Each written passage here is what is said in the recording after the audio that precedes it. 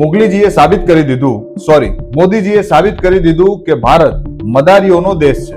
હાલમાં જ મોદી કાકાએ ટીવી પર લાઈવ આવીને એક ઉત્તમ કક્ષાનું નાટક ભજવ્યું હતું, જેમાં એમણે ભારતની માતા બહેનોને એમ કીધું કે માફ કરજો કે હું મહિલા આરક્ષણનું બિલ પાસ ના કરાવી શક્યો. પણ હકીકત એ છે કે આ બિલ તો 2023માં જ પાસ થઈ ચૂક્યું હતું. હમણાં લોકસભામાં જે મદારીનો ખેલ થયો એ તો આ 2023ના મહિલા સંરક્ષણ બિલમાં કરાયેલું માત્ર સંશોધન હતું.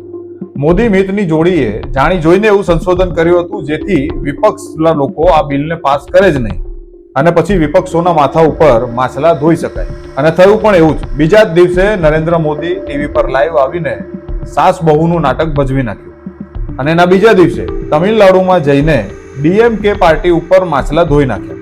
This noble effort was derailed. DMK, Congress and their allies made it a target of hatred and petty politics.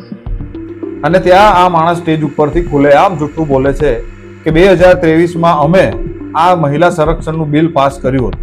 In 2023, we passed the Nari Shakti Bandhan Abhiyan, Adhiniyam. જ્યારે 2023માં બહુમતીથી એટલે કે વિપક્ષના મતો મળવાથી જ આ બિલ પાસ થયું હતું.